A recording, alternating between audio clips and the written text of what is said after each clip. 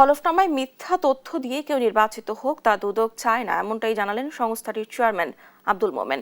রোববার দুপুরে প্রধান কার্যালয় র্যাকের প্রতিষ্ঠাবার্ষিকী উপলক্ষে আয়োজিত অনুষ্ঠান শেষে সাংবাদিকদের এই কথা বলেন তিনি। দুদক চেয়ারম্যান বলেন, 2008 সালে নির্বাচনে ক্ষমতাচ্যুত প্রধানমন্ত্রী শেখ হাসিনা সম্প্রতি যে তথ্য দিয়েছিলেন তাতে মিথ্যা তথ্য ছিল। তখন খতিয়ে দেখলে নির্বাচনে অংশ নিতে পারতেন না তিনি। 2026 সাল দেশের জন্য স্মরণীয় হয়ে থাকবে উল্লেখ করে দুদক চেয়ারম্যান বলেন, চলতি বছর হবে গণতন্ত্রের উত্তরণের বছর।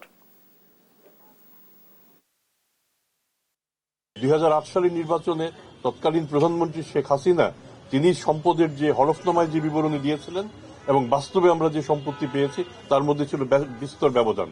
সে সময় যদি দুর্নীতি দমন কমিশন এবং নির্বাচন কমিশন সঠিকভাবে কাজ করত তাহলে সেই সময়ই তার এই প্রার্থিতা বাতিল হওয়ার কথা ছিল। আমরা চাবো না হলফনামায় প্রদর্শিত হয়নি এরকম সম্পদের মালিক আগামী দিনে শাসক হিসেবে আসুক।